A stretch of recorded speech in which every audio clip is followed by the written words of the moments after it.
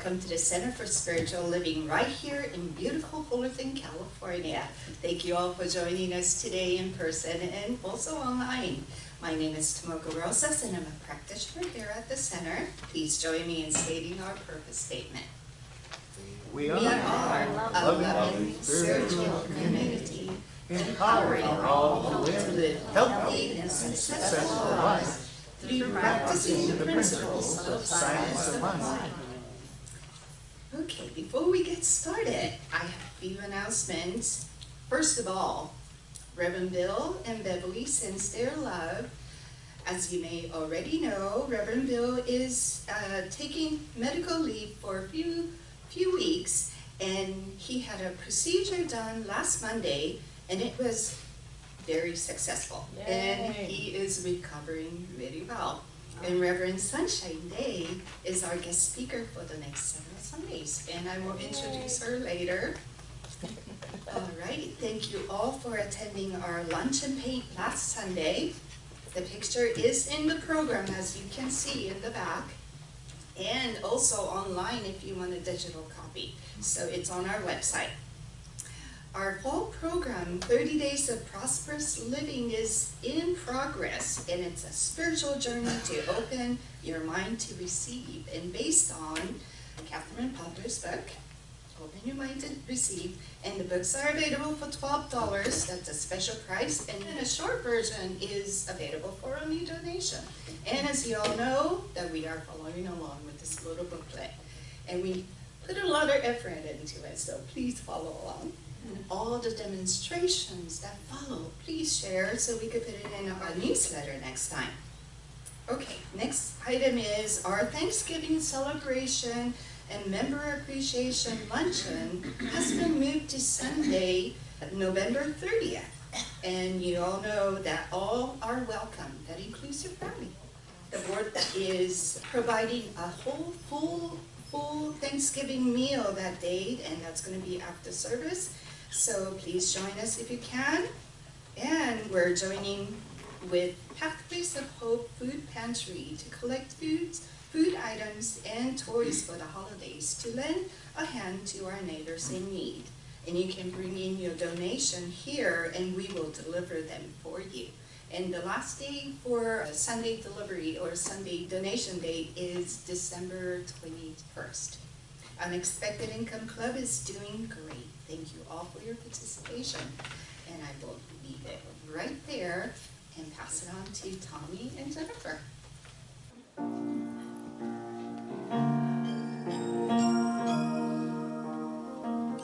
I need to be still and let God love me. I need to be still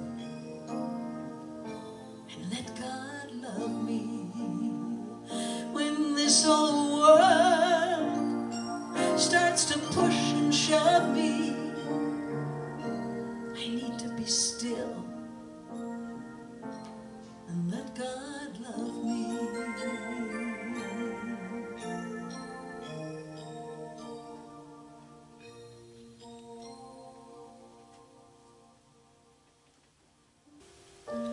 Good morning. Good morning. Together, if you will, we'll invoke the power and presence and purpose of our source to the only life that there is and the only God that there is, in the secret place of the Most High who resides within every one of us. We are grateful for the volunteers that serve, to include practitioners, the Board of Trustees, ushers and greeters, hospitality group, our dedicated congregation that funds the activities of the spiritual community. We are also grateful for the staff, our administrator, musical director, and spiritual leaders, Tomoko, Tommy, Reverend Bill, and Reverend Sunshine today. I am Amanda Secola, a practitioner of Center for Spiritual Living, Fullerton. And my reading today comes from Pathways of Being, The Journey Inward, a selection from Science of Mind magazine appearing in 1947 by A.A. Richelieu entitled, Let's Be Friends. We all entertain separate ideas of what will bring us joy. Yet there's one joy upon which we unanimously agree, and that is a joy of friendship. However, we don't always agree upon the method of acquiring friends. Too many of us put the cart before the horse. We strive and strain to make friends, when the solution is, as Emerson suggests, be a friend. So let's forget about making friends. That seems forced. Let's just be friends. It's much easier. It may well be a fact that you find friendship difficult, but that doesn't make it true. We who study the science of mind know that whatever we think of as difficult will invariably be so. Therefore, a change of thought is in order. The truth is that we are friends with everyone we meet.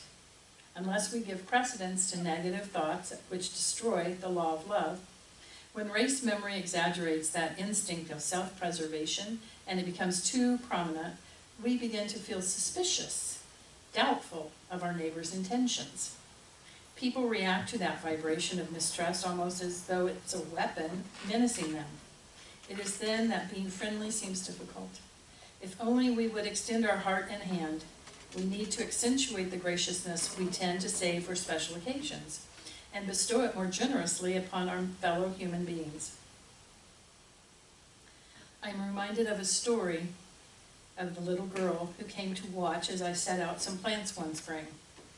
I had recently moved into the neighborhood, so she told me proudly of her new baby brother and her playmates, and later she asked if I wanted to hear a song she had learned in school about tulips. Of course, I said. When she finished, I had a most appropriate surprise for her, some lovely golden tulips that I had purchased that morning.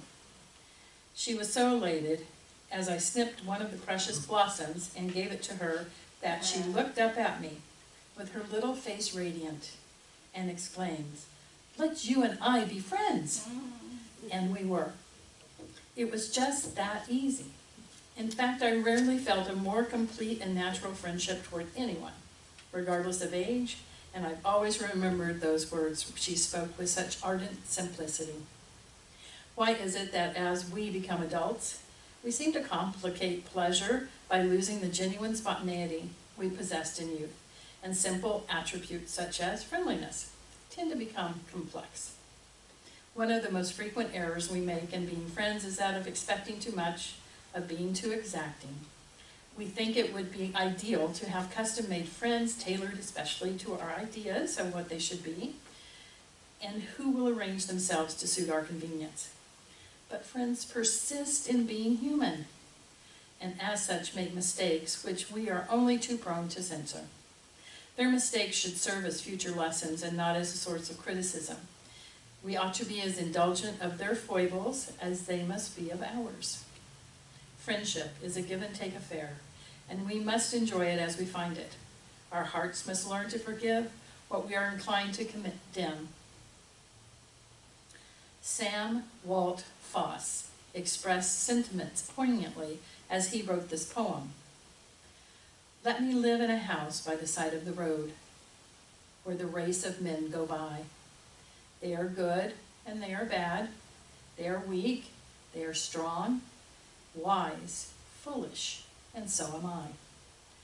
Then why should I sit in a scorner's seat or hurl the cynical ban? Let me live in a house by the side of the road and be a friend to woman and man.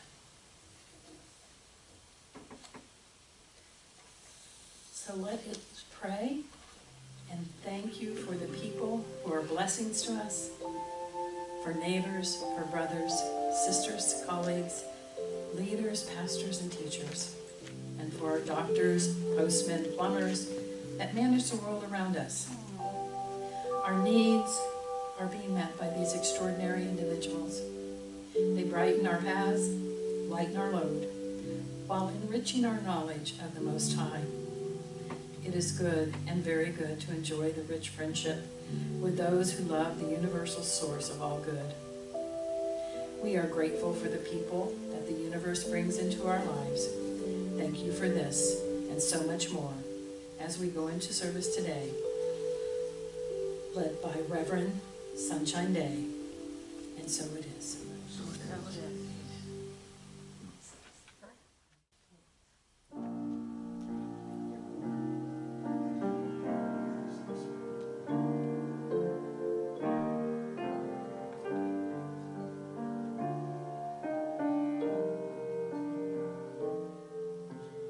Grateful for the morning, grateful for the sunlight on my face, grateful for the feeling, grateful for the knowing, grateful for the love that's in this place, grateful for believing that God is all there is. God is all there is. Grateful for the morning, grateful for the sunlight on my face, grateful for the feeling,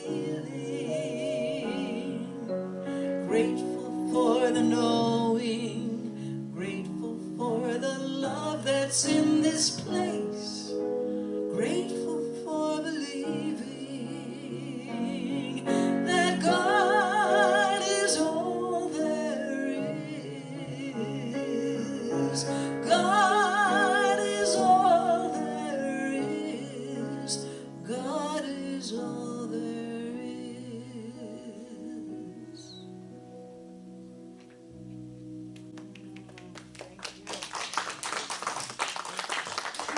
Reverend Sunshine Daye is a wonderful speaker.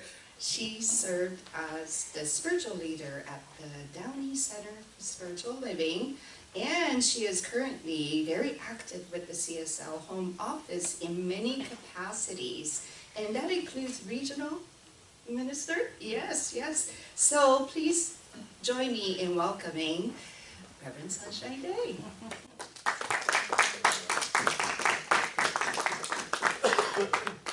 Thank you so much, beloved, for that warm introduction. Hello, family. Hello. It's so good to be here with you on this powerful, rainy, kind of cloudy, but beautiful and magnificent Sunday morning. I trust that we can release what it took to get here and just simply be present. I'll tell you, every time Bill asked me to come, I feel honored. I'm honored to be here with you today, and what I can tell you, just in case you don't already know this, you are deeply loved. You are deeply loved. You're deeply loved because in my conversations with Reverend Bill, his love for this community is steady, it's constant, it's unwavering. And because of his love for this community, as your regional support coordinator, I love this community so dearly. And because I love this community so dearly, our organization, Centers for Spiritual Living, loves this community so dearly. So I have to tell you, I am honored to be here with you while Reverend Bill is off for the next few weeks. And he told me, he goes, well, you know, this month we're living in gratitude. And I'm like, well, it's great. It's great. It's a great idea to be living in gratitude. And as I was exploring this topic, I wondered to myself, I said, self? How many different ways can we talk about gratitude that's new and exciting and really brings home the point? Because, as I look around, I know I'm not a spring chicken. And I'm looking around and there's some spring chickens in here. And yet, even as spring chickens, we've heard about gratitude. We've heard about the power and the practice of gratitude and what it can do for us. And yet, I wonder how it gets stale. How it gets stale for us. And if it's just something we do in passing. As a young one growing up, I remember saying grace and being grateful for the food in front of me. I wonder how many of us have grown out of that, or how many of us actually take a moment to be grateful for the things in our lives. And so I also want to introduce this idea that gratitude is a word, Thanksgiving is a word, and I don't mean the holiday being coming up. I mean, you know, Thanksgiving and appreciation. That sometimes those words are used interchangeably. Yeah, I appreciate, or I'm thankful for, or I'm grateful for. That, you know, that those words are used interchangeably, and yet there's a nuance to them that I want to uncover with you today as we begin to possibly put into place a new practice, or maybe, you know, when you've been married for a long time, you know, and you go to see like a marriage counselor, or you talk to somebody and they go, well, what are you doing to spice up your life together? Well, if we look at our relationship with gratitude, Thanksgiving, appreciation, if we look at it as a partnership, what I'm doing today is bringing some spice into that activity. And bringing, you know, making it a little bit spicy. I hope I'm not offending anybody. I don't think there's any uptight couples in here. People like, what are you talking about, Reverend? This is church. I'm talking about spicing up our practice of gratitude, that we might receive the gifts, not just for the mere fact of receiving the gifts of a gratitude practice or an appreciation practice or a Thanksgiving practice, but that we might actually level up. That's what the young people are talking about today, leveling up. You know, leveling up. How do we level up our practice so that our lives are not stale and stagnant? And as I was thinking about this idea of Thanksgiving, that Thanksgiving is reactive. It's something good happened, and so I'm thankful for it. The idea of Thanksgiving or giving thanks is I received something, thank you. You gave me something, thank you. So when we look at the nuance of Thanksgiving, Thanksgiving is the acknowledgement of I received something. And appreciation is more participatory. And what I mean by that is, I know my mentor, Michael Beckwith, says, what you appreciate, appreciates. It is amplifying the good.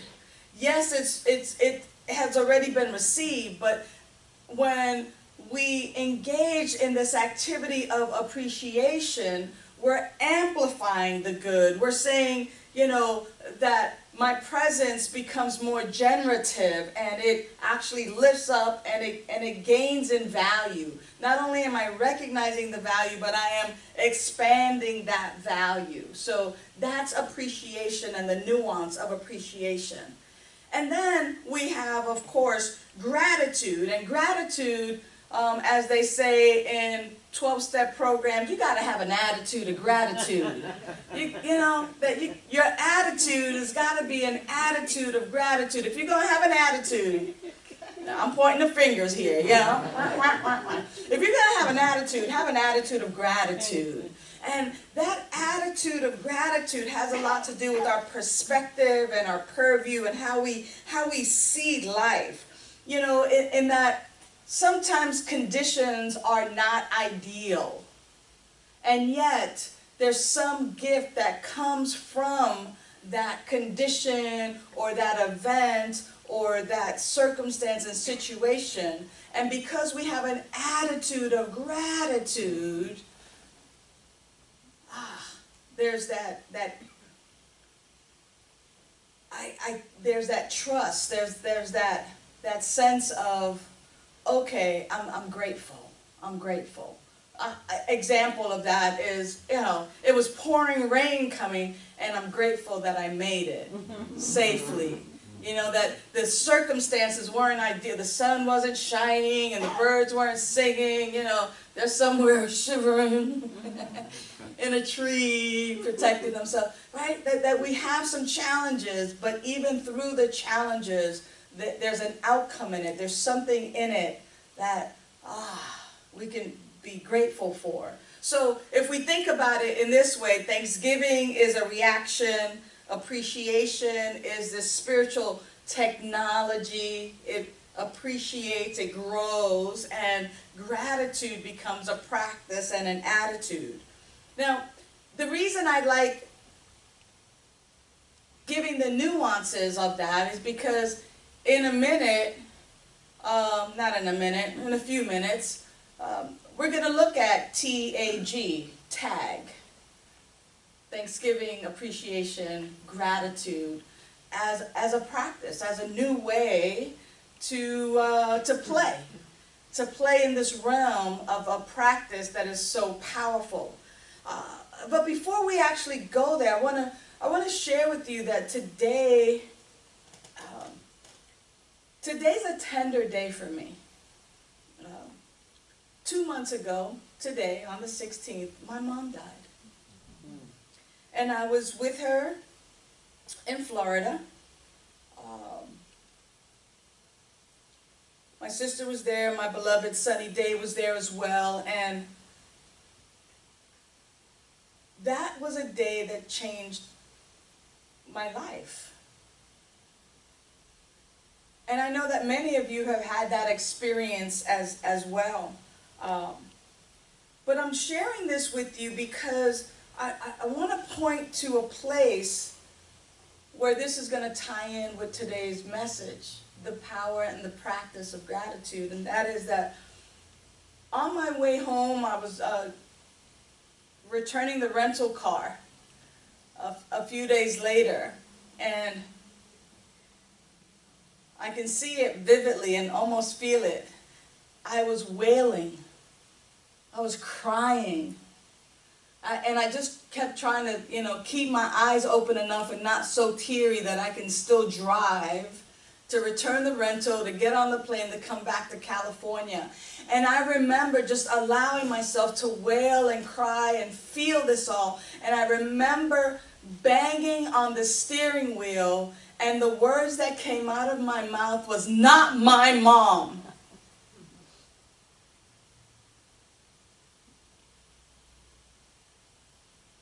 And I got to tell you that it was so shocking. It was shocking to me because what I heard and what was uncovered in that moment was that I had a hidden belief. Me, the minister, the person who's spiritually seasoned, me, the one who speaks publicly and internationally, me, I had a hidden belief. And that hidden belief was, everybody else can die, but not my mom. Not my mom.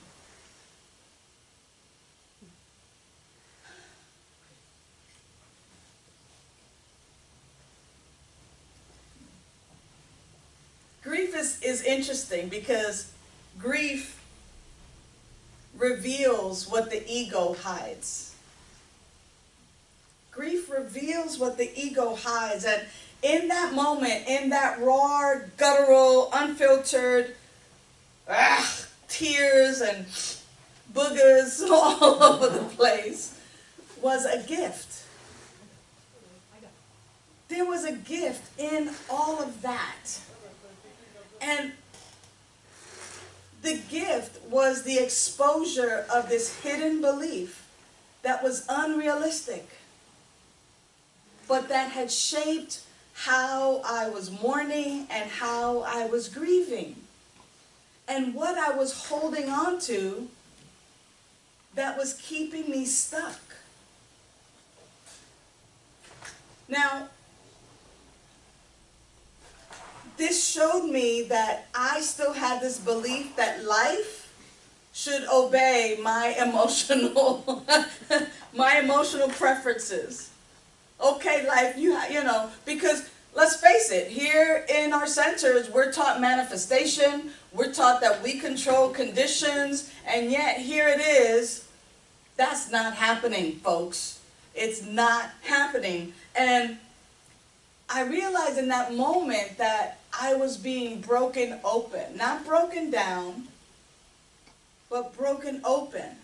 And that in that being broken open came this way that I got an opportunity to discover something wonderful.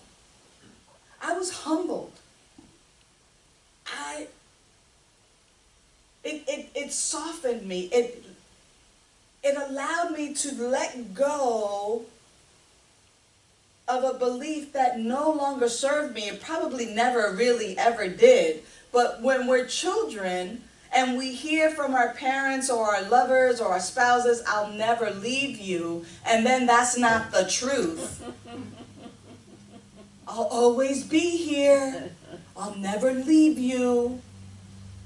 Like those words, I mean, when we speak in absence, just note to self, that's just a little seed I'm planting over here because I'm not even going to go into that. But in that discovery, it made me more available to spirit. It made me deepen my trust in God. That it's not the human being that's saying, "I'll always be here with you," but it is always spirit speaking that truth. And I gotta tell you, this might sound super weird, but I'm genuinely grateful for that experience. Not the experience of losing my mom, but for the experience of the awakening that followed it. And that's the attitude of gratitude, the practice of gratitude. Now, gratitude doesn't erase the pain, but it does transmute it if we allow it to. I don't know if you've ever seen gratitude in that way before. It's a new way of looking at gratitude. That gratitude transmutes pain. Some of the painful situations that we're currently experiencing. And only you know what that is for the person sitting in your chair. You know what that is for you right now. And with an attitude of gratitude and a practice of gratitude, we're not erasing it and saying, no, I don't see it. Or erasing it like we would a whiteboard. But we're allowing spirit through this practice to transmute that pain, that circumstance, that situation into the gift that it really is. You see, there's a mature gratitude that comes with age. For some of us, it takes a little bit longer because I don't want to grow up. And for others, it's like, I have to grow up. I got things to do, places to be, and here I am. And yet, this gratitude that comes with age and experience and heartbreak and recovery is simply about our humanity. You know, many of us can say it wasn't always easy, but I didn't like the way it turned out. But this experience for me, it's now shaping me. It's softening me. It's made me wiser. And it brings me to this moment where we can really look at gratitude as being something different than what we've ever had before. So I also want to just share that gratitude is not just this positive thinking. We're also known as the positive thinking movement, and if we just think positive, everything's going to be okay. It's not about that. This is not what I'm talking about here. It's not about pretending or sugarcoating anything. It's a way of reassigning meaning so that we recognize the presence of spirit in all places, at all times, everywhere present, all-knowing, and all-powerful. And so, let me just remind us of when we were children. One of my favorite games to play, because I could run pretty fast, was tag. And I'm not going to play tag here, but if I could, you know, tag is simply, I'm it, and I tag you, and then you're it, and then you tag somebody else. And we just run around tagging each other, and everybody gets an opportunity to run and have fun and avoid getting tagged, because nobody wants to be it. But then again, some of us really like being it and running around tagging people. So tag is TAG, Thanksgiving, appreciation, gratitude. So imagine for yourself playing tag every day. And you're it. And you get this opportunity once every couple of hours to pause for just a few minutes and name one thing that happened that you're thankful for. Because remember, Thanksgiving is about what you've received. It puts us in this place of not only a practice, but so powerful. If we could actually break down every 2 hours and just pause and go, what did I receive this last 2 hours that I'm thankful for? So the T, and give thanks. And then appreciation, the A. Name one thing you actively want to increase the value of. Me and my beloved had a spat. I love my beloved, or I love my friend or my coworker, and I really want to increase the value of that relationship. Or I really want to increase the value of my car. I appreciate my car. It didn't just cost me X amount of thousands of dollars. It takes me from place to place, and I so appreciate my car. Whatever it is for you that rings true for you is the A. In the appreciation, you increase the value by participating with that. I appreciate this. Right? I appreciate the chair. You know what? The chair that you're sitting in is keeping your derriere off the floor. Okay? And so, no, it didn't just cost $200 for the chair. It's costing you, you know, your health and wellness. You're having to get up off the floor. Appreciate. So it adds value, right? Oh, wait a minute. Now it's not just a chair.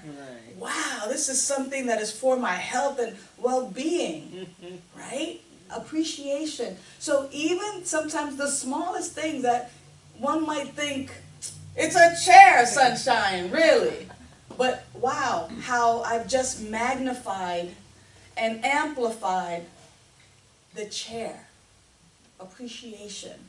So Thanksgiving, appreciation, and then the gratitude, right? You name one thing in your life right now that isn't perfect, but that you can trust something wonderful is going to be revealed. This attitude of gratitude, just like me. Right? Just like my story. That attitude, yeah. The economy might not be, there's a hole in my roof, it might not be, there's such and such and such, it might not be the best situation. But I trust, I have this attitude of gratitude that at least there's a roof and the rest of the stuff is dry over here. Right? So imagine for this week, because I'll be back. I'll be back next week. And I would love to hear from you how your tag game is going. And if we keep it as a game, sometimes when you think about it as practice, it's like, wah, wah, wah. I gotta practice. Even playing an instrument, oh, I gotta practice the piano, gotta practice this, gotta practice that. If we make it a game, if we keep it childlike, this is what I'm talking about, spicing up. Making spicy our gratitude practice by calling it a game. And by watching how it actually becomes a game changer. Because on the back end of Thanksgiving, appreciation, and gratitude comes this awareness, this opening up, which if you do this every couple of hours, like I said, or even twice a day, but try it every 2 hours. What did I get? What did I receive? What am I amplifying? Where's my attitude of gratitude? That all of a sudden your life begins to shift.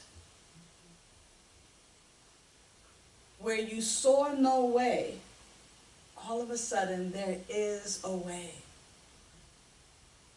Your intuition sharpens, ideas flow, your body relaxes, the distance between your ears and your shoulders. We begin to trust infinite intelligence rather than our finite self. So, beloveds, I trust that today's message has been inspiring for you, that it gives you a new twist or a new look as to a gratitude practice and the power that comes from gratitude. And it doesn't matter what quote-unquote titles we have, we are where we are. And right where we are, God is. Right where we are, God is.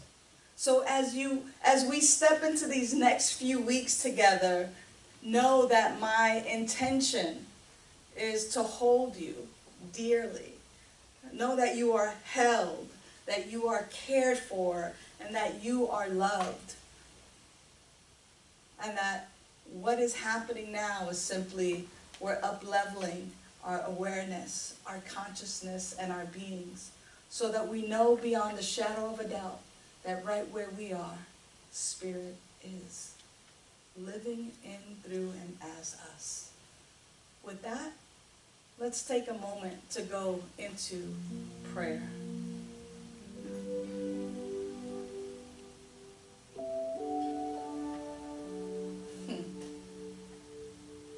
There is a power, a presence, a life, way beyond what I can even imagine and fathom. But I know that this power is everywhere, all-knowing. It is all-powerful. It is active in every nook and cranny, seen and unseen. This presence, this spirit, this infinite intelligence is love. The power of love, the power of joy, the power of peace, the power of wisdom, the power of oneness. It is that creative intelligence that always was and forever will be, beyond the deities that we sometimes make it to be.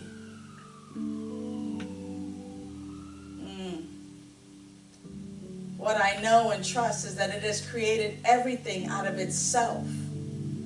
Therefore, all of its creation possesses the love, the joy, the peace, the power, the wisdom, the oneness of Spirit itself. So it is beyond a shadow of a doubt that I can clearly say, my life is the unique, unrepeatable, magnificent way that God shows up in human form. And that which is true of spirit is true for me and about me. For it is the power and the source that has created me. And as I know that this is my truth, I know that this is the truth for and about each and every one. That God is expressing in its gloriousness, in its fullness, in its magnificence, as each of us, individually and collectively. And that the variety, the difference, the uniqueness, the ways that we all look different and sound differently and speak differently, that is the beautiful, magnificent way that Spirit is showing how wonderful and how plentiful and how abundant it is. For just as there are no two snowflakes that I know of that are the same, it is true for all of creation. Limitless. Far beyond what I could ever count or even imagine to count. So it is from this place of awe, of going, wow, this is Spirit. And recognizing that it created everything and knowing that it is living as me and as you. It is from this place of oneness and love. It is from this place of peace, and yet from this place of power that I speak the word for and about this spiritual community. Calling forth wholeness and abundance and peace. Calling forth that game that we now call tag, Thanksgiving, appreciation and gratitude, that in that game and in this practice that we recognize exactly who we are and recognize that Spirit is everywhere. And to the degree in which we release those things that no longer serve us, those hidden beliefs about ourselves, about others, that it is then that we create a world that works for all. That we create a world of love, a world of peace, because we're allowing that love and that peace and that power and that presence and that oneness and that joy that is already within us to shine forth, to glorify the infinite intelligence that has created us all. So, moving into this time of thanksgiving, appreciation, and gratitude, I'm thankful for that which we have received. And we amplify it right now. We amplify it. We give it even more value than what we've ever imagined. And it is with this attitude of gratitude that I simply now release this word, knowing that it falls upon fertile soil,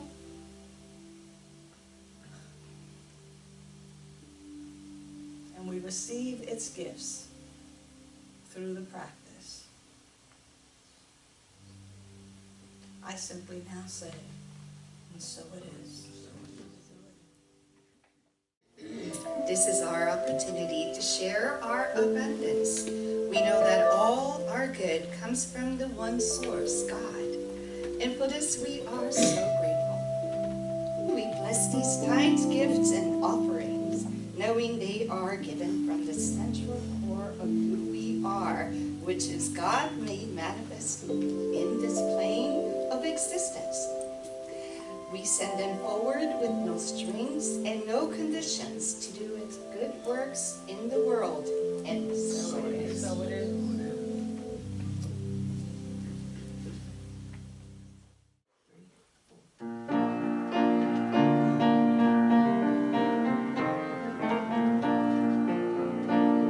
I never it's not too late now, but I don't worry about that much. I'm happy anyhow.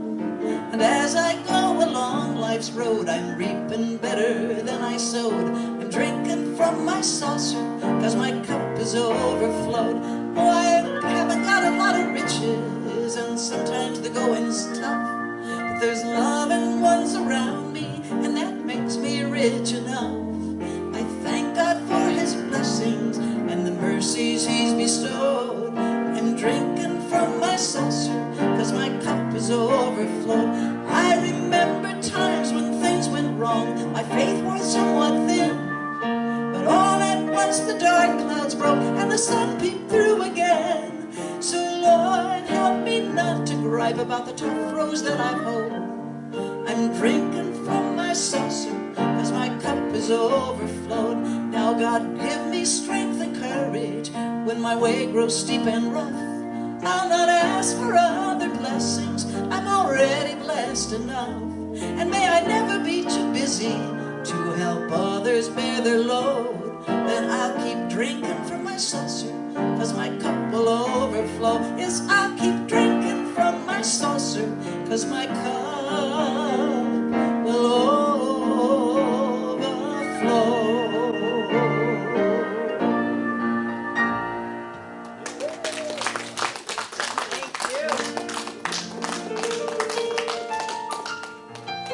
We do have the best music on Sundays.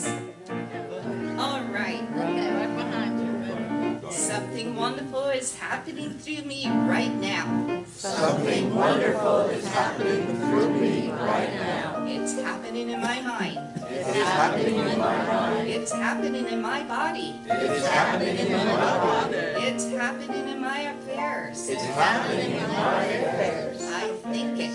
I think it. I feel it. I feel it. I see it. I see it. I believe it. I believe it. I know it. I know it. I accept it. I accept it. Thank you, God, in me. Thank you, God, in me.